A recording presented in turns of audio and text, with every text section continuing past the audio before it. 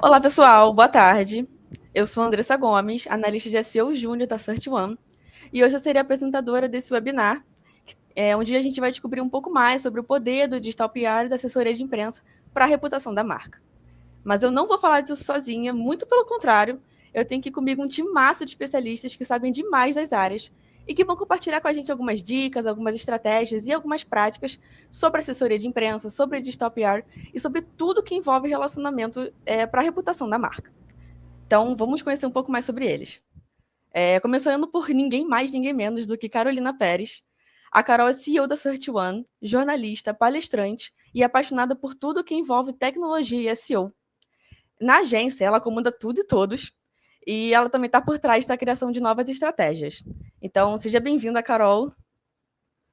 Muito obrigada, gente. Obrigada demais. Passando agora para a Flávia Crisanto. A Flávia é jornalista, empreendedora e fundadora da Experta. Ela também é mestre em Comunicação e Sociedade pela Universidade Federal de Juiz de Fora e professora de Marketing de Conteúdo e SEO em cursos de graduação e pós. A Flávia também já atuou como repórter em diversos veículos de imprensa, desde impressos, rádio, TV, internet, até decidir fazer uma transição de carreira e empreender na área de SEO, link building e digital PR. Tudo bem, Flávia? Seja bem-vinda. Tudo bem, boa tarde, pessoal. Obrigada pelo convite, muito legal estar aqui com a Carol mais uma vez, e hoje com o Guga e o Armindo, tenho certeza que vai ser um bate-papo bem legal. Bom, passando agora para o Armindo Ferreira. O Armindo é jornalista com mais de 22 anos de carreira, atuou na TV Globo e no SBT, onde também apresentou o programa Amigo Geek e assinou a coluna Tech News do SBT News. Ele também foi finalista do Prêmio ESSO e vencedor do Prêmio Unimed de Jornalismo e cobre editorias de tecnologia, de negócios e de marcas. O Armindo é reconhecido como um dos principais blogueiros do Brasil e é especialista em novas tecnologias e redes sociais, tendo entrevistado executivos globais da área. Ele também já foi convidado para programas como Mais Você, da Globo, e o Domingo Espetacular da Record. Como palestrante, o Armindo já esteve no Twitter, no Cubo, no Festival Path, no Digitalks e no Campus Party, compartilhando insights sobre os setores que atua. Uau, né? Tudo bom, Armindo? Seja bem-vindo. Tudo bem, boa tarde, gente. Que bacana poder estar aqui com vocês nessa tarde para a gente falar de tanta coisa boa e compartilhar conteúdo. Estou muito agradecido de poder ter essa troca com vocês hoje. E para fechar essa mesa de convidados especiais, não poderia ser ninguém menos do que o Cuca Psicaco, que é gerente de comunicação e RP na Infor América Latina. Ele também é executivo com mais de 15 anos de experiência nas relações públicas, no marketing de conteúdo e em branding. O Cuca está entre os top 10 profissionais de publicidade e RP mais influentes do LinkedIn Brasil e entre os top 100 do mundo, segundo a Favicon. Oi, Guga, seja bem-vindo. Fala, pessoal, que prazer estar aqui com vocês. Boa tarde, obrigado pelo convite. Estou super animado para bater esse papo com todo mundo. Bom, agora com os nossos convidados devidamente apresentados, é hora da gente, enfim, começar esse webinar, que tem tudo para ser riquíssimo de opinião boa, de dica boa, de estratégia. Até porque eu tenho aqui comigo quase que a seleção brasileira de 70, né? Caramba! E eu peço que, para quem está assistindo esse webinar, que contribua com a gente, mandando perguntas pelo chat, que vão ser respondidas ao final, ok? Então, vamos lá, pessoal. Começando com uma pergunta para dar aquela embasada primeiro, né? Aquela aprofundada. Na visão de vocês, qual é a principal diferença entre a assessoria de imprensa tradicional zona que a gente conhece e o digital PR? Quem vai responder primeiro? Posso responder? E aí eu quero fazer um adendo aqui. Andressa, estou encantada com você. Gente, foi a melhor definição. Eu me senti naqueles podcasts da Tati Bernardi, sabe? Que ela faz aquelas... eu me emocionei quando eu Armindo, assim, falei, caramba, eu quero muito ser esse cara. Muito bom, parabéns. Obrigada. Eu acho, no meu ponto de vista, eu acho que essa é muito comum, né? A assessoria de imprensa antigamente era feita de forma mais offline, obviamente, e aí o nosso trabalho era emplacar releases em matérias e também os nossos clientes em jornais físicos, em revistas físicas.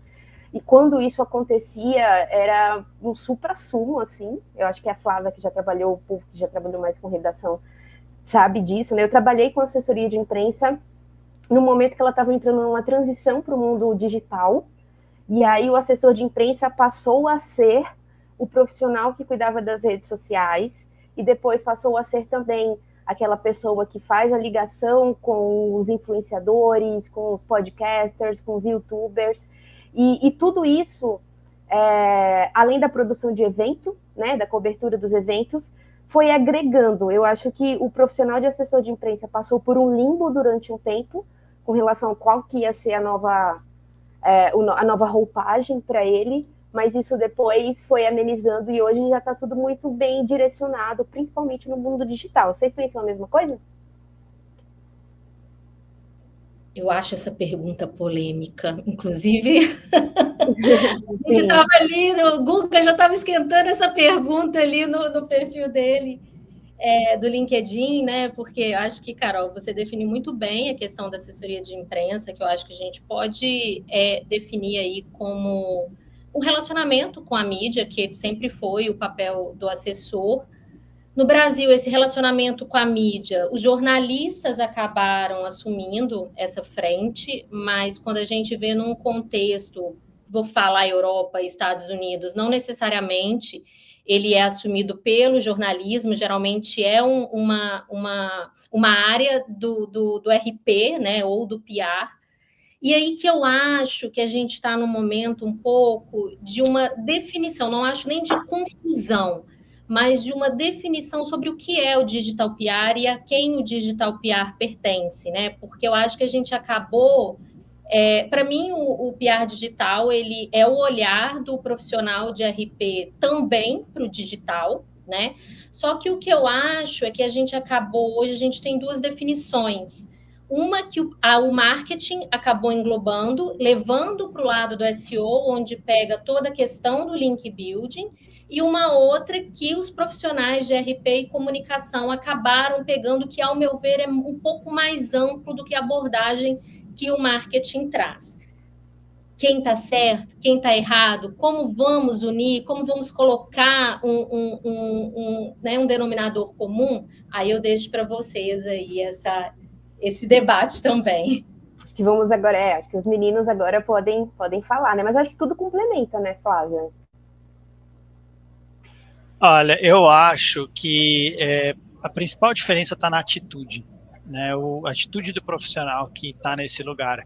Eu tenho o aquecimento que a Flávia está falando tem a ver com isso, né? Que eu venho levantando muito a bandeira de que os profissionais de RPs modernos... Nossa, tá saindo uma buzina no fundo aqui, eu tô numa feira, gente, e enfim, tem um pouco de ruído, mas o profissional moderno, ele não olha só para a imprensa como atividade fim do RP. Ele se preocupa em ir muito além, olha para conteúdo, olha para comunicação interna, comunicação externa, olha para eventos, olha para muitas outras técnicas, né? E no digital isso é inerente, né? Você não consegue só olhar para um canal. O profissional de RP que já assumiu o Digital PR, ele já se modernizou, ele já está olhando para outros canais, outras formas de entregar resultado. Então, acho que é uma atitude purista versus uma atitude mais moderna. Eu tenho um olhar de quem recebe, né, e é impactado pelas ações de PR em diversas maneiras, e eu, assim, preciso dizer que ainda é tudo muito focado no jeito antigo de pensar, né? Eu vejo poucas práticas modernas e poucas que se apropriam de fato de ferramentas de PR digital. Vou dar alguns exemplos aqui, né? Eu, quando comecei a trabalhar em veículos de comunicação, em TV, eram equipes que saíam para a rua com 3 pessoas, que era um motorista, depois o técnico de luz e de som e o repórter. E às vezes saía com 4, que era o produtor. Aí depois a equipe passou a ser 2, que era o motorista e o repórter, e o motorista também era o cinegrafista, o técnico de luz e o técnico de áudio. E eu moro no interior de São Paulo, esses dias na afiliada da Globo aqui da região onde eu moro, o repórter fez uma entrada provavelmente de um iPhone paradinho ali, mostrando um jogo de futebol. Terminou a participação dele, ele já foi para trás do celular para fazer a imagem de encerramento do jornal. Então, enquanto o jornalismo na redação de fato está diminuindo as equipes e está se apropriando de novas tecnologias, a gente vê ainda um PR muito centrado na mídia tradicional, na legacy media, né? E aí perde uma série de oportunidades. Por exemplo, quando eu falo às vezes eu dou treinamento em algumas empresas de PR, eu falo, olha, vocês já pararam para pensar o mar de oportunidades que tem no Pinterest, por exemplo? Ou quando você tem, por exemplo, o caso do LinkedIn. O LinkedIn muita gente não sabe, mas é uma redação de jornal. Eles têm editores, tem editor-chefe, tem o podcast, que é o LinkedIn 3 em 3, que é feito pelo head do LinkedIn no Brasil aqui. Então, assim, existe um mar de oportunidades de mídia existindo no digital, e ainda as práticas são mais tradicionais. E para eu encerrar, para mostrar isso para vocês, né? Outro dia eu falei assim, eu tô precisando de uma entrevista, não sei o quê. O executivo não pode gravar um vídeo para mim no celular dele, no iPhone. E aí foi aquele congelamento, assim, mas como assim? A gente vai pedir para o executivo gravar no telefone, mandar? Eu falei, gente, o mundo mudou, ninguém mais vai mandar uma equipe até o lugar, sendo que o executivo tá com um iPhone, sabe assim? Só que ainda fica na coisa muito centrada no press release, no envio de e-mail, manda mailing para 600 pessoas para ver se cai uns 10 veículos gato pingado e entra no relatório de PowerPoint. Então, assim, eu acho que a gente tem um mar de oportunidades dentro do PR digital, mas eu, particularmente, vejo muito pouco disso acontecendo. Nossa, eu concordo muito. Principalmente quando a gente fala de reputação de marca, né? Porque vai muito além. Mas sim, jornalista ainda manda muito e-mail, muita coisa. E como que a gente poderia... Peraí, André, sabe? E como que você acha que a gente poderia mudar isso, Armindo? Você como o lado da redação, né? Porque mandar e-mail, ou então chamar no WhatsApp, ou então chamar no LinkedIn, ainda é um comportamento muito comum. Mas na sua percepção do mercado, como que você entende que o jornalista poderia mudar essa frente? Porque a gente vê jornalistas mais antigos, né, vamos falar assim, que ainda estão na ativa e tudo mais, e parece que eles são mais reticentes em atender essa demanda digital. E também toda essa pulverização que a gente tem hoje. Os mais novos já estão mais tranquilos com relação a isso, mas ainda assim os acho muito saudosistas em alguns pontos. Qual que é a sua opinião sobre isso? Eu acho que assim, a gente precisa entender o cenário global, né? O big picture. A gente tem os desertos de notícia, tem veículos de comunicação fechando a roda aí, pesquisas indicando que só o ano passado a gente perdeu mais de 1.000 veículos.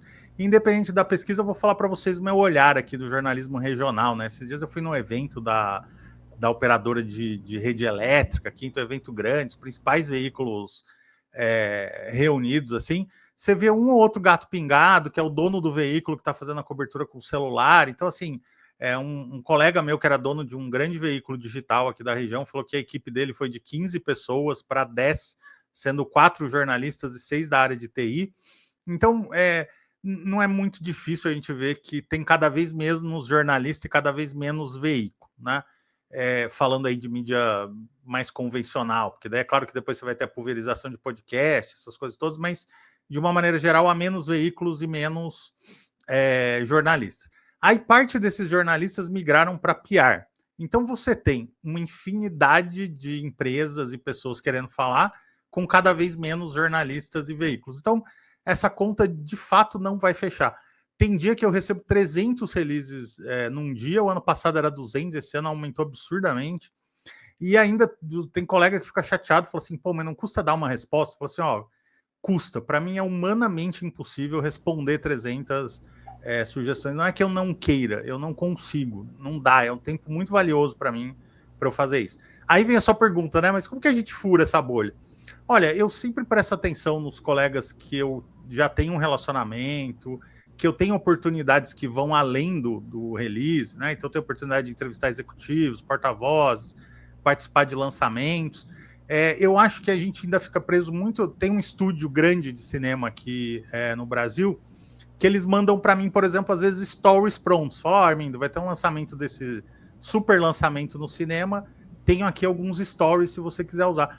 Pô, eu nunca vou conseguir ter um design que faça um store melhor do que aquele lá. Né?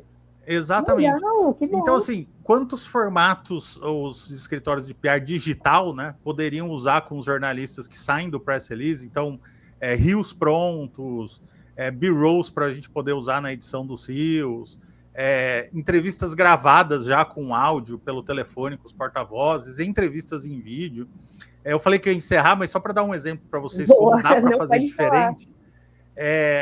quando eu estava com o programa na TV aqui na afiliada do SBT, uma colega me mandou uma mensagem toda envergonhada, falando assim, Armindo, eu tô num evento de bolo, eu sei que não tem nada a ver com você, mas eu vi que tem um bolo do Batman, do Superman aqui, que eu achei sua cara, tudo. E o meu programa era sobre cultura geek, né?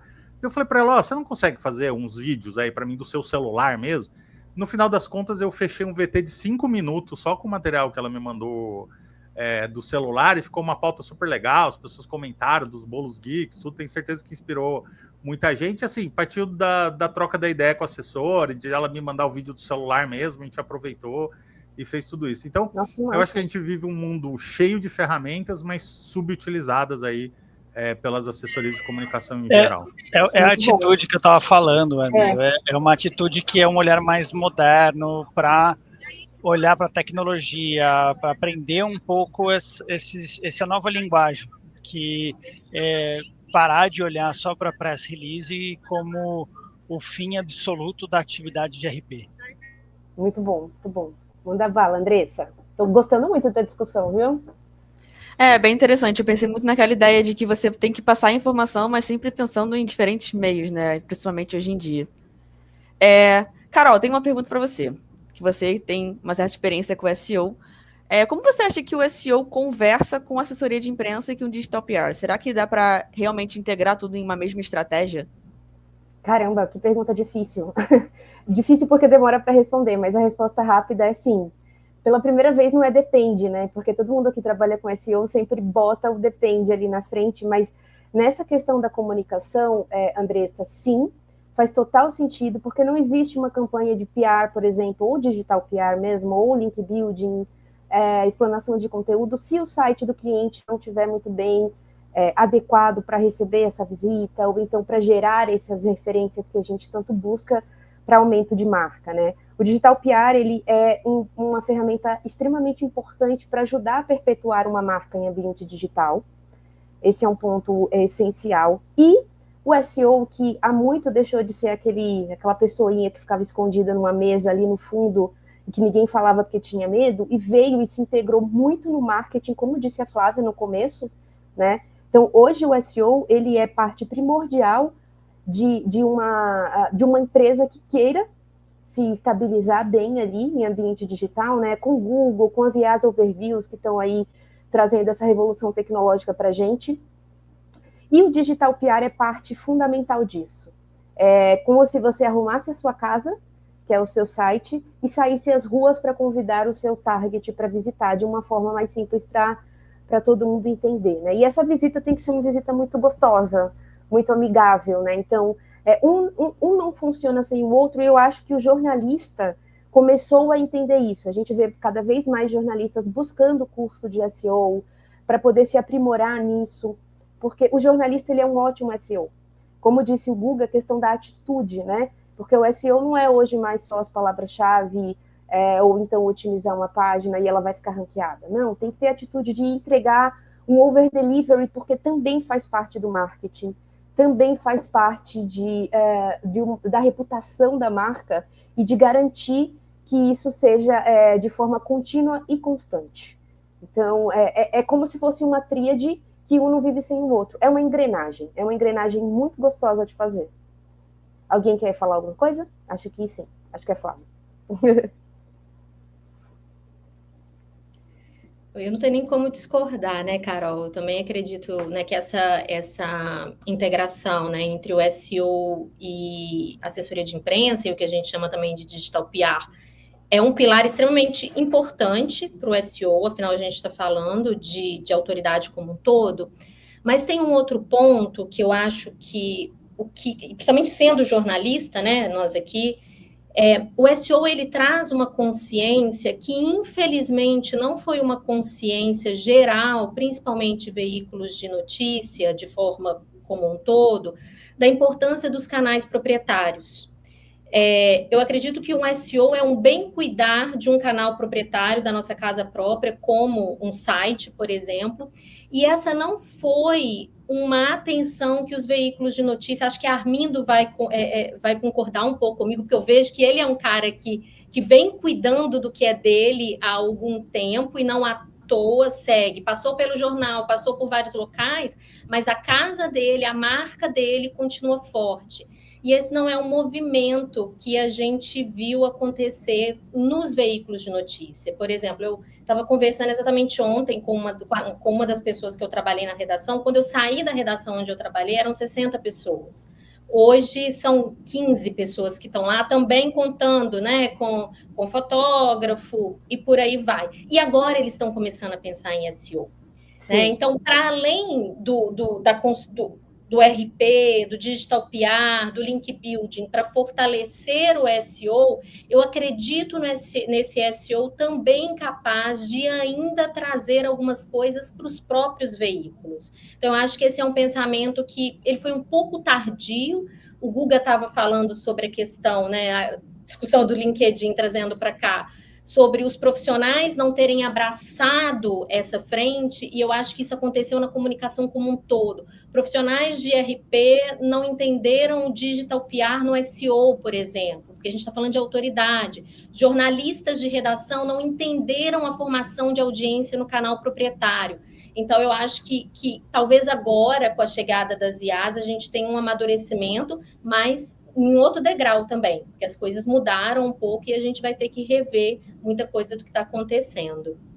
Sim, muito fato. É mesmo, viu, Flávia? Muitos sites procuram, né? Ai, como é que eu faço SEO para o meu site, para aumentar a visibilidade? Porque a partir desse momento, jornal mesmo, portais de notícia, né?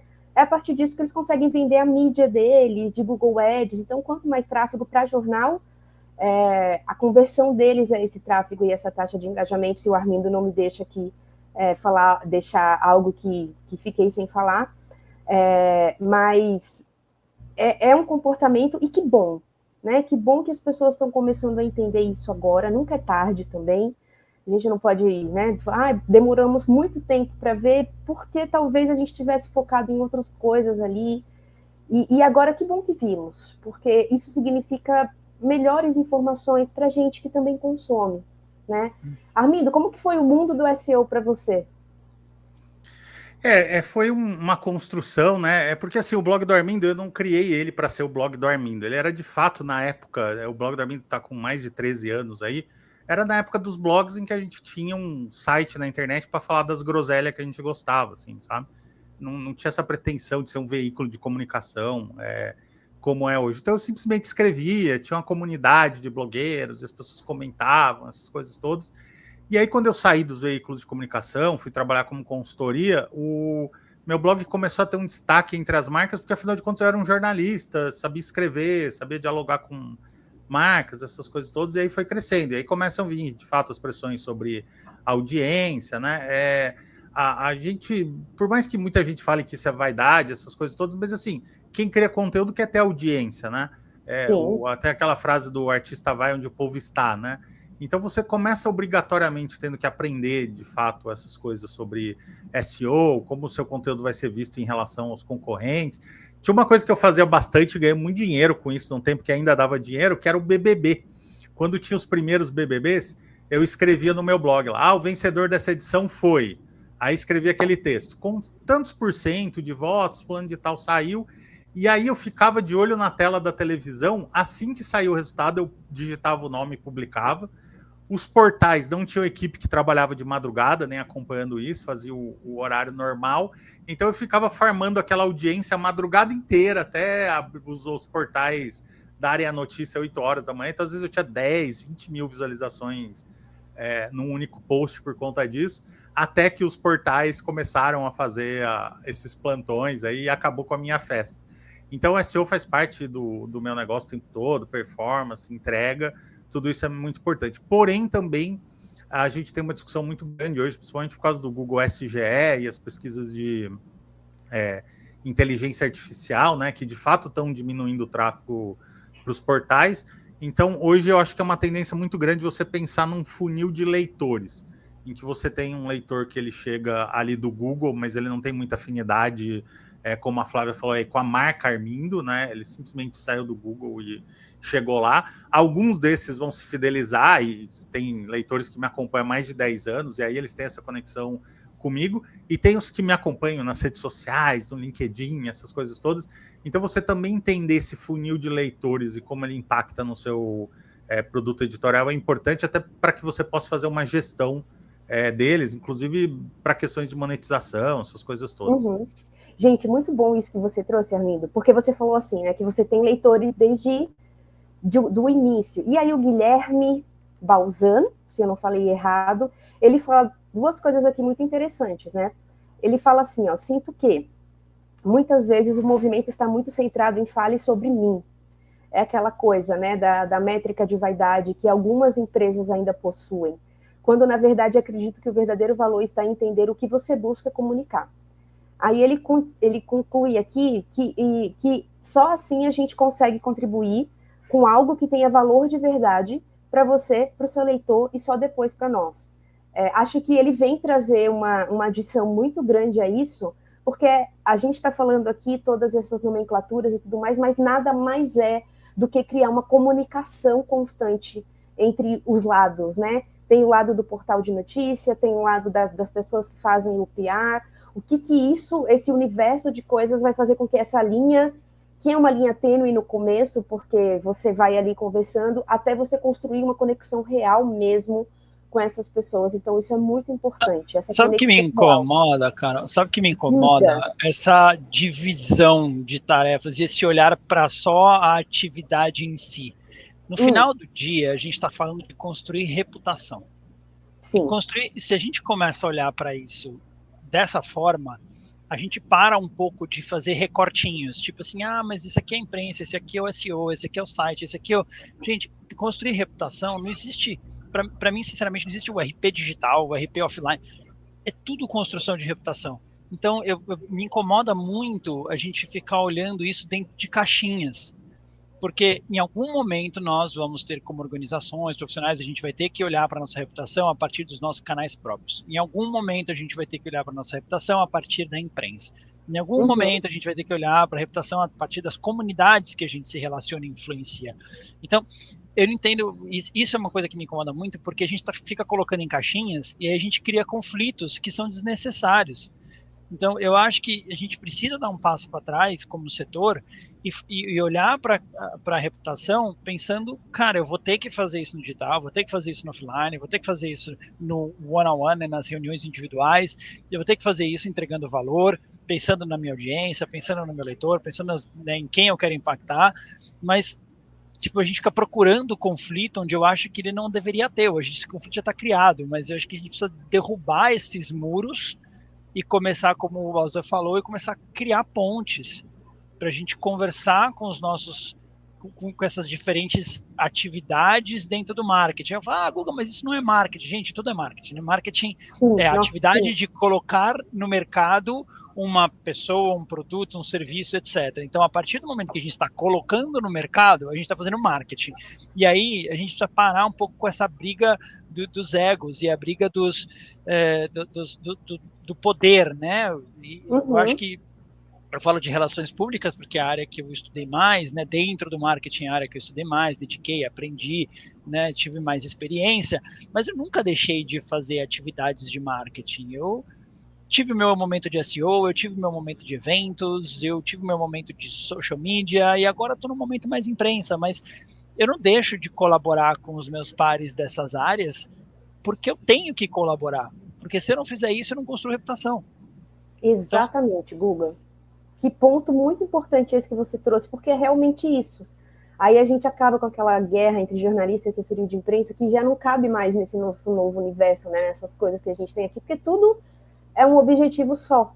Muito bom, muito bom. Andressa, a gente já tá... gente, só para uma questão aqui, esse webinar ele tem uma duração, esse bate-papo ali, né, de 40 minutos, até um pouquinho mais, porque tá bom, a audiência tá bem bacana, bem legal. E aí eu vou fazer... Andressa, faça mais uma pergunta para a gente, para alguém, e aí eu vou fazer algumas perguntas que vieram aqui depois, no nosso YouTube, tá? Tem perguntas bem interessantes aqui sobre assessoria de imprensa, digital PR, e aí eu faço essas perguntas. E Guilherme, muito obrigada pela sua contribuição positivíssima aqui no nosso bate-papo. Vamos lá. Vamos lá, então. Já que a Flávia citou aí um pouco antes sobre a questão das IAs overviews, acho que a gente precisa entrar nesse assunto, né? Ele tem tudo a ver com o debate que a gente está fazendo aqui. Então, pegando um pouco do gancho da Carol, pegando um pouco do gancho do Armindo, como vocês acham que a revolução das IAs overviews vão fazer as campanhas de digital PR funcionar a partir de agora? Vocês acham que elas caíram por terra de vez ou tem alguma forma de mudar isso?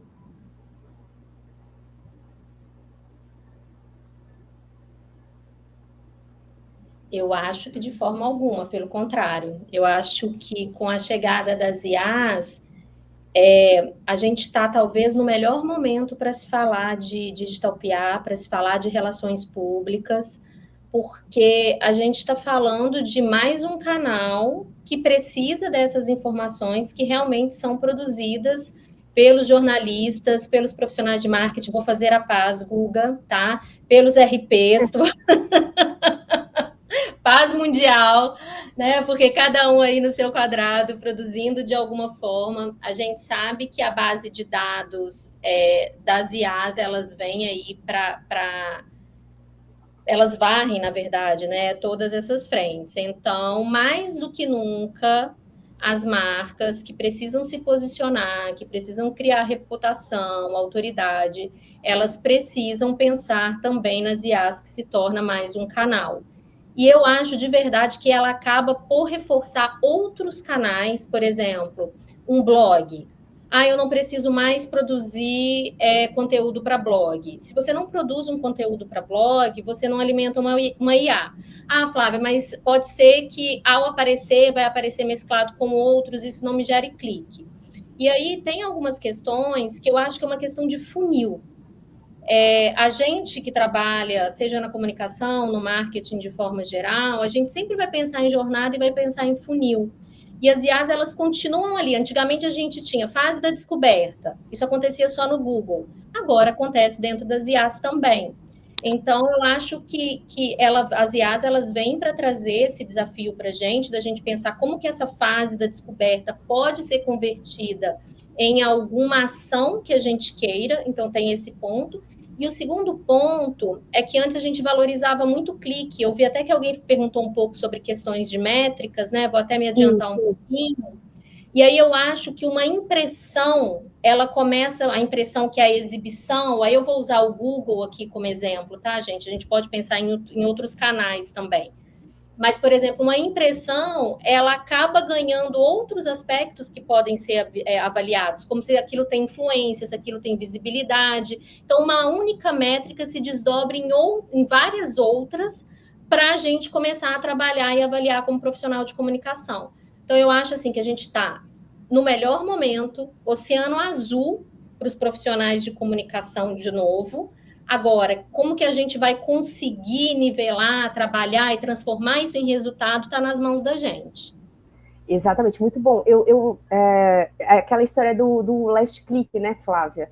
Que as pessoas elas se preocupam muito com o last click, que é a conversão, mas para a pessoa chegar até esse last click, antes a gente tinha o atração, interesse, desejo, ação, que era o método AIDA usado desde 1904. Só que isso já não existe realmente mais, porque essa jornada ela ficou muito inconstante. Uma hora a gente quer... E quando é que a gente vai virar público-alvo de alguma coisa também, né? Então, hoje eu sou público-alvo para, sei lá, se eu quiser comprar um produto novo para uma cama nova. Eu vou ser público-alvo porque aí eu vou pesquisar qual que é a melhor e tudo mais. Mas se eu não precisar daquilo, eu não vou ser mais. Então, a gente tem que estar pronto na hora que o nosso target quiser. E isso não é se preocupar com a conversão, é se preocupar com toda essa construção. Isso é muito importante também. E usar essa revolução tecnológica que a gente está vivendo, das IAs e tudo mais. Eu também tenho o mesmo pensamento que a Flávia e costumo dizer muito isso, né? Que essa transformação tecnológica que a gente está vivendo de ChatGPT e a overview do Google, Bing, tudo isso, é um universo muito grande. Porque hoje o blog do site de uma empresa institucional pode se tornar, pode ter um chamariz muito mais forte, porque as IAs pegam dali, né? E aí você vê a pessoa falar, mas eu não acredito mais em conteúdo. Mas eu quero fazer só link building, mas eu não quero fazer SEO. Eu quero fazer, mas eu não quero... Então, assim, é também preciso uma educação dessas pessoas para entender que em ambiente digital é importante que a gente mantenha, eu costumo dizer que um marketing antigo. Lembra de quando a gente falava dos 4Ps? É a mesma coisa, só que na internet. Porque a gente ainda tem o produto, ainda tem a praça, ainda tem a promoção, ainda tem os ditados, quem não é visto não é lembrado. Então você comentou sobre, eu não vou ganhar clique se meu resultado aparecer no OIA, mas você vai ganhar visualização, que é a impressão. E quando o público-alvo do seu produto ou nicho precisar de alguma coisa, ele viu já com a mente, então ele vai lembrar disso, faz total sentido. Né? A gente continua trabalhando com marketing do mesmo jeito, só que a gente mudou o canal. Ao invés de ser na 25 de março, ou então em qualquer outro lugar, é dentro da internet, é no Google, é nas redes sociais. E a gente consegue se comunicar muito mais rápido com o cliente, com a empresa, por meio de diversos canais. Muito bom. Carol, vou citar um Armindo aqui, ele puxa muito a minha orelha, ele fala, construa a sua própria audiência. Não alugue a audiência dos outros, construa a sua própria. Então, acho que... É exatamente isso. É isso. O melhor conselho que eu escutei no último ano foi esse.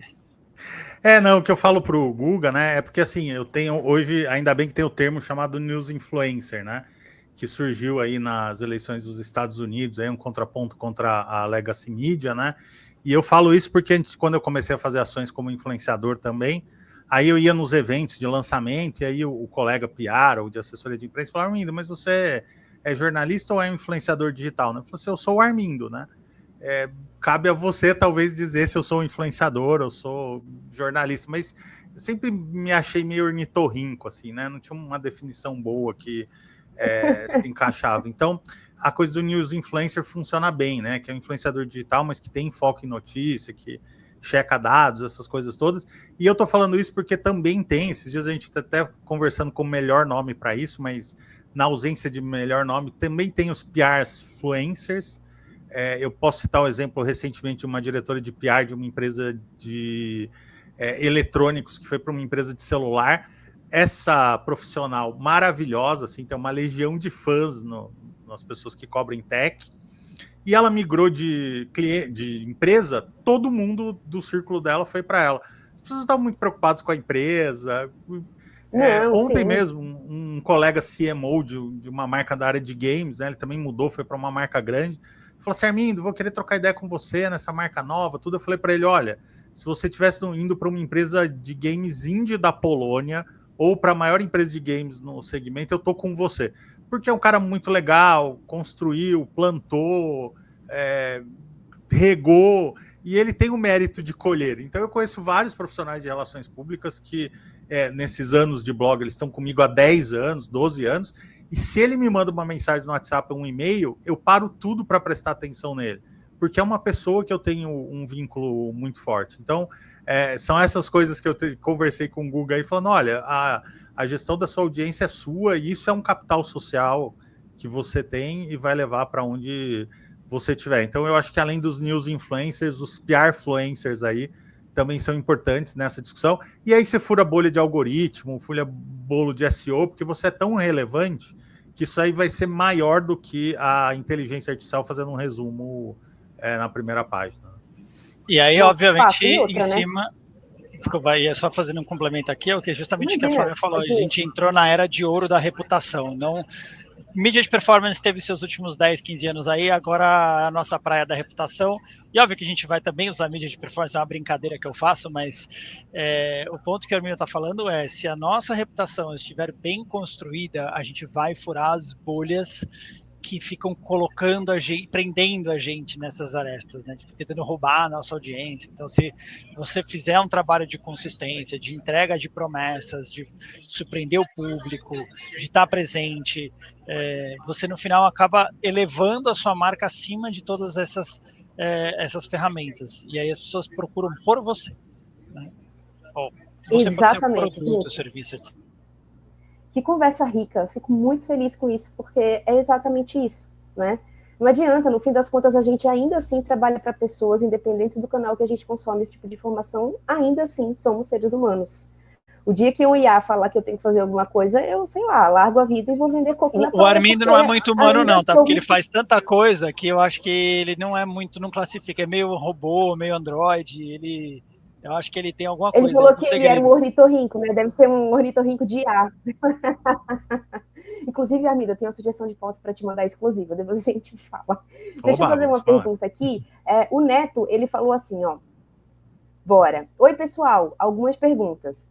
Em um cenário de crise de imagem, olha, falando de reputação aqui, acho que essa vai bem, hein? Em um cenário de crise de imagem, qual abordagem pode ser mais efetiva?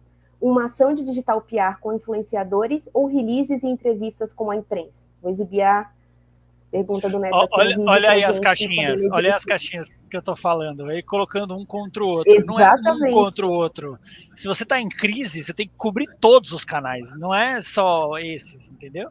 Então, óbvio que vai depender da crise, depende do que está acontecendo, mas essa guerrinha que tem que parar. Né? Óbvio, se eu estou em crise, eu vou ter que mapear absolutamente tudo. Né? Você vai ter que fazer um planejamento completo, né? Que não tem só PR no meio, tem tudo. Absolutamente tudo, até a forma como você vai usar um post no LinkedIn, o que você vai escrever, tudo, absolutamente tudo. Não é uma coisa só, né? Caixinha, muito bom. Alguém tem alguma coisa a mais, gente, para falar sobre essa pergunta do Neto? Obrigada pela sua participação. Uma complementação, já que a gente está falando de reputação, eu acho importante, na hora que fala que vai abordar tudo, né, até esse entendimento do canal, obviamente, como o Guga falou, vai depender do contexto que aquilo está acontecendo, onde está acontecendo, obviamente, tem toda uma análise, né, para entender essa crise. E o que eu acho importante aí é o que você falou, Carol, da questão da reputação, porque aqui a gente acabou falando muito com foco em imprensa, né? A gente acabou abordando muito nossos canais, mas a gente esquece que a reputação, ela vai para além disso. A reputação, ela está dentro do teu relacionamento com seus clientes internos, a reputação está dentro da construção da reputação, ela ocorre também com funcionários, ela ocorre em relação a como você está lidando com questões de SG. Então, assim, a reputação é uma coisa muito grande, e aí é por isso que eu acho que faz todo sentido quando a gente fala para não olhar para uma coisa só, porque eu sinto muitas vezes, quando a gente está falando sobre reputação, a gente acaba indo muito para essa questão do posicionamento, né? Como que eu estou me posicionando? Posicionamento não é reputação, né? Você ter autoridade ou ser referência em uma determinada área não é reputação. A reputação, ela passa por uma série de itens até eu conseguir realmente estar lá ocupando aquele espaço que eu desejo. Então, acho que é importante a gente lembrar que reputação é uma coisa complexa, não é tão simples quanto parece, né? Porque senão a gente fica assim, achando que só vou mandar release para jornalista e vou construir a reputação da minha marca, e não é isso. Não vai. Exato. Difícil de construir, fácil de destruir e muito trabalhosa para ter continuidade, né? Para manter. Boa, né? Aqui tem uma pergunta da Franciele Mesquita, que diz: boa tarde, pessoal. Tem uma pergunta. Que bom. Com a alta demanda de release chegando para os jornalistas, eu acho que essa pergunta veio na hora que Armindo estava falando sobre 300 e-mails, né? Existe alguma estratégia eficaz para trazer prioridade na leitura do material enviado?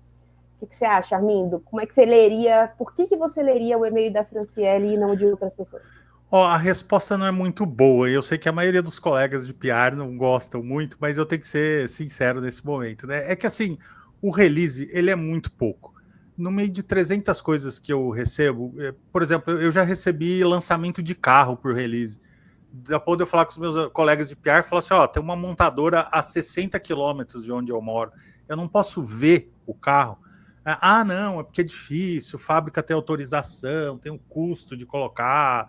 Então, assim, se a empresa só tem a me oferecer um release, é muito pouco, porque quando as pessoas entram no blog do Armindo e o meu nome está lá no blog, eu falo que é uma bênção e uma maldição na mesma moeda, né? Elas esperam que eu endosse aquele produto e que eu fale de coisas de forma sincera, de forma coerente, de coisas que eu gosto e de que eu não gosto.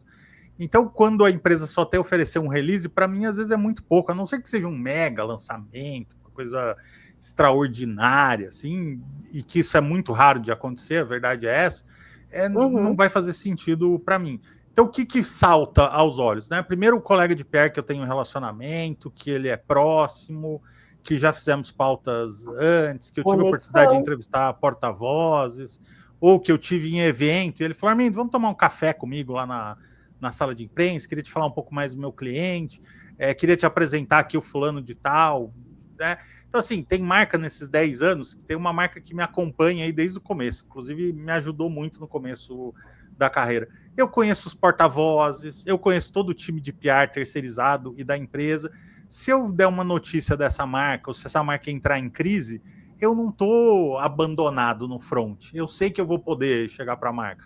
Às vezes alguém chega para mim e fala assim, Armindo, eu comprei um produto de tal marca, não foi legal, tudo falou, opa, peraí, eu consigo te colocar em contato com alguém que talvez vá entender melhor o problema. Então, quanto mais próximo eu estou das marcas, dos colegas de PR, tudo mais atenção eu vou dar para o release. E mais aquele release que foi disparado para 300 pessoas, que não traz nada novo, que é promocional, que não traz notícia. É assim, é o dedo nervoso do delete, gente, vocês não têm ideia. E assim, delete um atrás do outro. Eu faço a curadoria de todas as notícias. Eu recebi 300 releases, Armindo, você viu o título dos 300 releases? Sim, vi o título dos 300 releases. E para vocês terem uma ideia aí, em média, menos de 2% vai entrar no site diariamente. Então, essa a lógica. Pauta boa e relacionamento, né? Não tem por onde correr. A história boa, o lançamento, né? Ele fala por si, né? Se tiver um mega lançamento de tecnologia hoje, ele fala por si, e aí pronto. Agora, esse dia a dia, não. Isso aí é construído, é muito trabalho. Você precisa plantar muito, eu acho, para você colher a reputação, né? Vocês estavam falando de reputação, aí eu estava só assistindo e aprendendo aqui, mas olhando do meu lado, eu vejo que reputação é muito plantio, né? Uma marca vem falar comigo sobre ESG ou sobre meio ambiente, a primeira coisa que eu faço é botar um pé atrás, porque eu vou falar assim, não, essa marca não é ambientalmente responsável. Agora, uma marca que me convida para ir na fábrica, que mostra todas as ações ambientais, aí no final do Q&A eu pergunto para o executivo, falo, olha, executivo, eu vi que vocês têm todas essas práticas ambientais, e eu estou falando que eu já fiz isso, eu fui no banheiro, dei descarga aqui, essa água ela é de reuso? De onde veio essa água da descarga? E ele, não, nós temos uma política de reuso, essas coisas.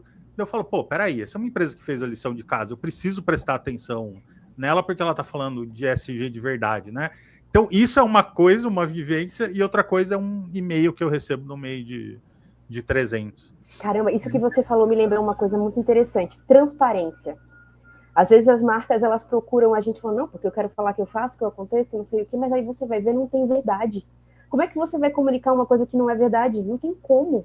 Então, transparência em relação humana, você não convive, você não fica amigo de quem é falso, de quem mente para você. A mesma coisa a gente não compra algo do que a gente não acredita. A gente não compra pelo preço. A gente compra porque aquilo agrega valor para a nossa vida de alguma maneira. Então, foi cirúrgico. Gente, eu acho que eu vou chegar aqui na nossa última pergunta. Meu Deus, tem muitas perguntas. Caraca, que legal, gente. Estou muito feliz, de verdade. Ninguém saiu. Carol, posso dar uma sugestão? Minutos, ninguém foi embora e o pessoal tá... se a gente não responder alguma pergunta, manda para a gente responder depois e a gente encaminha para a pessoa por texto, só para não ficar sem resposta. Boa, sim, vou fazer isso. A gente vai mandar um e-mail depois de todo mundo que participou aqui e vai estar o e-mail de cada um de vocês, do Guga, da Flávia, do Armindo, do meu, e aí vocês podem direcionar a pergunta para quem vocês desejarem, mas eu vou fazer a última pergunta aqui, que foi a do Guilherme aqui, né? E ele fez essa pergunta já faz tanto tempo, e aí acho que ele merece uma resposta, mas vai ser a última, tá bom? Depois a gente vai atender ali todos, vou passar o LinkedIn de vocês também, gente. Aliás, quem quiser pode passar aqui, né, no nosso chat, e aí eu vou fazer aqui a pergunta do Guilherme. Então, como vocês veem o trabalho de PR quando a gente fala de empresas que atendem a indústria com produtos e soluções bem específicas, personalizadas mesmo? Entendo que o Guilherme quis aqui falar sobre B2B, né? Ele atende a outras empresas ali com um produto bem nichado e bem segmentado. Aí fica mais fácil, eu acho, que a gente consegue pensar em uma teia de comunicação daquele produto, e quanto mais segmentado, mais legal é, porque a gente pode atingir esse público e criar essa conexão que estamos falando aqui há quase uma hora, né, para trazer essa transparência, essa conexão, essa divulgação. Então, é como o Armindo falou, existem marcas que estão com ele desde o começo da trajetória dele como comunicólogo digital. É óbvio que ele vai atender a essa marca com o carinho que ele recebeu. Então, é muito mais simples da gente fazer isso, certo? Alguém tem alguma coisa mais a pontuar sobre a pergunta do Gui? Eu diria que difícil é vender notebook, né? Que, enfim, quando o produto é super especializado, personalizado, ele tem, né, vantagens muito profundas. O que você falou, né, Carol? Acho que aí fica mais fácil você conseguir construir em cima daquele fator único, né, daquela proposta única de valor. Agora, quando você tem um produto que é muito padronizado, ou tem muitos concorrentes, o mercado já é saturado, aí é que é mais difícil. Então, eu acho que eu concordo contigo, que quando é muito específico, tipo, sei lá, vamos vender turbinas de avião, né? Putz, turbinas de avião, você tem lá 3, 4 empresas, né, que fazem, sei lá, a Toyota faz, a Rolls-Royce faz, né, a Embraer faz, e é isso. É, né? Quase um monopólio, né, Guga? É quase um monopólio, né? Então é mais fácil de construir isso. E eu acho também, Carol, essa pergunta do Guilherme, assim, novamente, né, ela me vem muito nessa provocação da gente achar que a gente precisa estar falando sempre com veículos ou públicos específicos. A gente já tem, muitas vezes, na nossa cabeça, uma ideia de que para eu conseguir o meu objetivo, eu tenho que falar com esse público. Mas é esse público que é o público da marca, já que é tão nichado? Então, acho que o primeiro ponto é pensar essa estratégia mesmo, pensar com quem vai se falar. Mas eu me segurei para falar mais uma coisa para a Franciele, que eu acho que a gente é Franciele mesmo, né? Que é uma provocação que eu vou deixar para os assessores de imprensa. O quanto os assessores de imprensa conhecem os veículos com os quais eles estão falando. O quanto eles conhecem jornalistas com quem eles estão falando. Vou dar um exemplo. Ontem eu estava conversando com uma jornalista e eu descobri, por exemplo, que ela precisa de micronotícias de 30 em 30 minutos. O que eu vou mandar para ela? Micronotícias. Eu não vou mandar para ela um release. E às vezes me assusta muito essa distribuição da gente nem saber o que esse jornalista escreve. Então, por exemplo, eu quero emplacar uma matéria X. Você leu as últimas 10 matérias, pelo menos, que esse jornalista escreveu? Você entendeu as editorias? Até para você ter uma abordagem um pouco mais conectada com o que a pessoa fala, né? Então, isso serve para o Guilherme também. Entender profundamente os canais, os influenciadores, com quem ele quer falar, quem é esse público, para que ele possa chegar, porque geralmente a gente tem essa mania de querer falar com todo mundo ao mesmo tempo e não vai funcionar. Caramba, falou, nossa senhora, eu tô emocionada, porque é realmente isso. É tudo que a gente falou aqui resume nisso, assim, né? Nessa conexão, você tem que conhecer outra pessoa, né? Uma vez eu vi eu sei que isso é muito antigo, mas eu vi uma palestra do Neil Patel no RD Summit que ele falava assim, e aí ele com aquele jeitinho dele indiano, né? Falava assim, você conhece uma menina, você já pede ela em casamento? Assim que você a conheceu ou você vai namorar? Você vai conversar, você vai convidar, vai mandar um chocolate. E aí eu nunca esqueci isso. E olha que vai fazer mais de 12 anos que eu vi essa palestra com o Neil Patel, mas também é isso, né? A gente conhecer o outro é muito mais importante. Muito mais importante. Isso também traz um autoconhecimento, porque pessoas são diferentes e a gente, com o autoconhecimento, sabe como é que a gente vai lidar com cada um. Porque cada um tem uma peculiaridade ali para a gente poder se conectar de maneira sincera, né? Muito bom. Gente, eu vou deixar a finalização da Andressa. Eu agradeço muito, assim, de coração, a presença de vocês. Foi muito rico, mantivemos a audiência, esse vídeo vai estar no nosso canal. E quero convidá-los para um próximo bate-papo sobre isso daqui a uns 6 meses, depois que as IAs e overviews tomarem conta de tudo, para a gente ver o que vai acontecer, porque foi um bate-papo muito rico, no qual eu aprendi muito. E agradeço muito, principalmente ao Guga, que está no evento e se dispôs aqui, né, a estar com a gente nesse momento e trouxe informações riquíssimas. Flávia, a gente já se conhece de outros carnavais, mas também é uma profissional que eu admiro muito e que torço pelo crescimento e pela evolução dela. Armindo, que conheço há anos, a gente disputou o primeiro prêmio Digitalks. Olha só, eu tenho essa cara de novinha, mas já estou lá nos 40 já.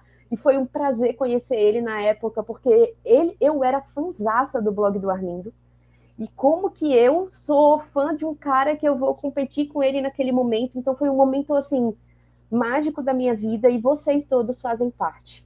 Então eu agradeço de coração, com toda a sinceridade do mundo e me emociono muito com esse muito obrigada. Muito obrigado também, o prazer é enorme de participar aqui, dividir com essa turmaça, classe AAA aqui, o AAA da comunicação, e contem comigo nos próximos debates. Obrigada, tá, Carol? Obrigada, Andressa, por conduzir aí com a gente também. Foi um prazer estar com vocês, Guga e Armindo, viu?